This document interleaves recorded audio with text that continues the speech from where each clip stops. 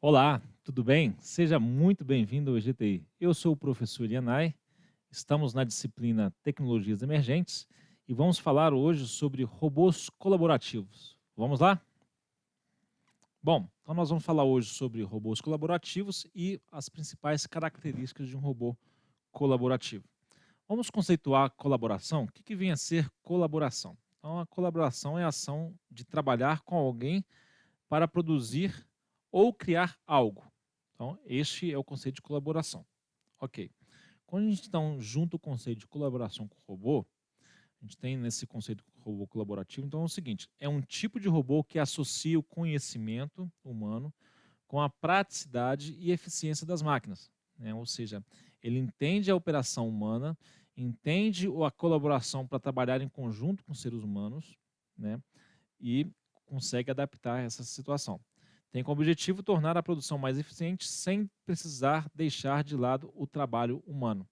Então é um trabalho que literalmente ele faz em conjunto ou em ambientes próximos ao ser humano. Nós temos ainda no nosso, nas indústrias, muitas máquinas, né, que por características precisam ser assim mesmo, que trabalham com robôs, mas tem que trabalhar em ambientes enclausurados, né? Em ambientes que não pode gerar nenhum contato com o ser humano, porque ali, se ela trabalhar junto com o ser humano, na hora que ela der um movimento, ela vai machucar, pode vir até a óbito, dependendo da pancada que a pessoa leva.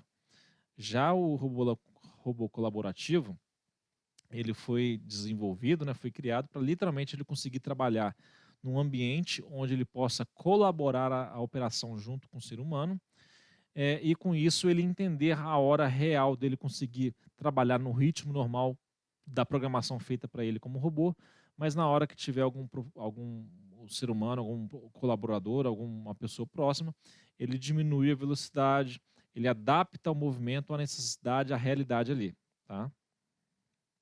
Bom, o que precisa para ser um robô colaborativo, né? Então, primeira questão, primeira regra, vamos dizer assim, ele precisa ter parada monitorada de segurança. O que vem a ser isso? Por ser um robô colaborativo, por trabalhar em ambientes onde o ser humano está presente, ele precisa entender que, na hora que houver qualquer contato nele, ele vai minimizar ou vai parar a operação, vai neutralizar a operação, porque pode ser que esse contato foi involuntário, né?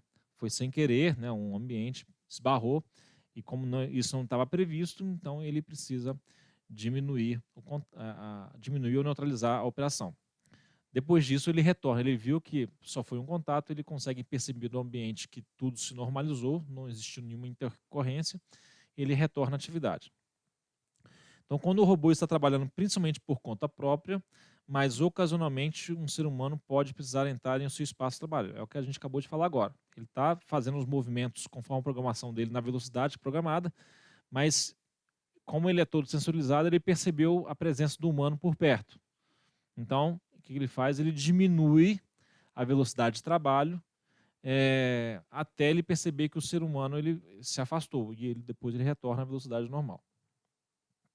Bom, então, para ser um robô colaborativo, né? Então, monitoramento de velocidade de separação. Então, o robô irá atuar dentro das funções das zonas de segurança que foram pré-estabelecidas, foram pré-concebidas. Então, vai existir uma linguagem de programação ali, imputar uns dados no sistema dele que ele vai entender que tipo de velocidade, que tipo de operação que ele tem que fazer. Se o ser humano está dentro de uma zona de segurança, o robô irá responder com velocidades distintas, né? Ele vai entender, diminuir, vai adequar a velocidade. Assim, quando os trabalhadores estão se aproximando de um robô, ele diminui à medida que os trabalhadores se aproximam ainda mais, o robô diminui ainda mais ou chega a parar, tá? Conforme a programação prevista para ele. Outra característica, né, de robô colaborativo. Então, ele tem uma norma, né, a partir da ISO TS 15066, que é a norma sobre limitação de potência de força, que fala o seguinte: o robô pode trabalhar ao lado dos seres humanos sem quaisquer dispositivos de segurança adicional, né? Então, como eu falei anteriormente, existem alguns robôs que eles precisam trabalhar num ambiente enclausurado, né? A gente enxerga aí, por exemplo, numa indústria automotiva, robôs que eles trabalham soldando carroceria, por exemplo, né? Então, ali ele trabalha, além de gerar toda a questão de fagulhas, gerar aquele arco de solda, além disso, né, que tem toda uma questão de exposição a diversos tipos de situação, ele também tem movimentos rápidos, né? Então ele não, ele, de certa forma, precisa ficar no ambiente enclausurado. Então ele é programado para parar quando ele lê uma sobrecarga em termos de força, né? Ou seja, ele está trabalhando, imagina um robô fazendo um movimento, o próprio robô pegando um elemento A, colocando em cima do B. Se ele enxergar, se ele sentir o toque, né, de um ser humano, um colaborador, um operador ali, ele vai entender que houve um movimento, um toque, uma força não prevista, e ele, o que, que ele faz? Se ele está no movimento X, ele diminui até parar, espera para entender o ambiente, se foi um movimento proposital ou não, se depois não há nenhum risco, ele retorna à operação. Então são projetados para dissipar forças em caso de impacto, que é esse caso que eu falei, se ele esbarrar em alguém, né?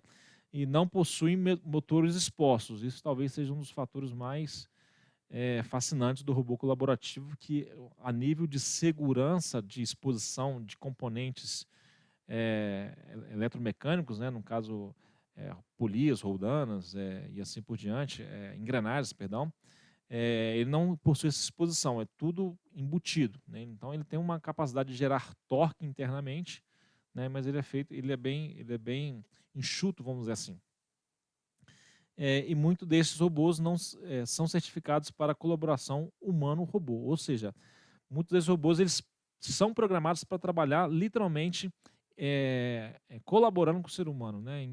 Fazendo atividades comutantes ali, concomitantes. Então, essas são uma das características, né, ou elementos que são definidos para que seja um robô colaborativo. Além disso, responde a esforços, né? Então, ele tem de certa forma assim, sensores que lê o grau de força que ele precisa aplicar nas articulações, né? Parar ou mudar trajetórias após o contato inicial. Então, ele está fazendo esse movimento, né, constantemente pegando uma peça do ponto A para o ponto B, fazendo esse movimento de troca de peça. Se ele entende que houve uma barreira com o ser humano nesse intervalo, e não foi a primeira vez, o que ele faz? Ele refaz uma nova rota. Então, em vez de ele fazer isso aqui, ele vai pegar isso, vira para cá, entrega. Ou pega aqui, sobe, entrega. Então, ele aprende uma nova rota, um novo movimento, para que ele possa trabalhar de forma colaborativa nos ambientes. Além disso, então, faz alusão a isso que eu acabei de falar, o conceito machine learning, né? Que ele tem uma programação que ele aprende com os eventos e se antecipa, e não somente antecipa, e ele prevê os próximos cenários e como que ele tem que reagir nos próximos cenários. Então, programação para aprender caminhos e posições que podem ser realizadas. Então, ele vai se adaptando. Bom, então, pessoal, o que a gente viu aqui hoje sobre robôs colaborativos? Então, os robôs colaborativos possuem programação e inteligência artificial para trabalhar no mesmo ambiente que os seres humanos. Então, ele pode trabalhar tanto em um ambiente onde ele trabalha sozinho e quando chega o ser humano, ele diminui a velocidade ou até para, se realmente tiver um toque com o ser humano. Ele tem essa característica. Ou outra característica, literalmente, ele trabalha com o ser humano. Ele trabalha colaborativamente com o ser humano, né? Então, é uma das características. Bom, o que nós vamos falar na próxima aula? Nós vamos falar sobre vantagens dos robôs colaborativos. Quero convidar você a reler a apostila, reler esse conteúdo, assistir o vídeo novamente, caso tenha alguma dúvida. Faça os exercícios, entre em contato lá no fórum de dúvidas, caso tenha alguma dúvida, no fórum pontuado, e eu aguardo você para a próxima aula, tá ok? Um forte abraço, tchau, tchau.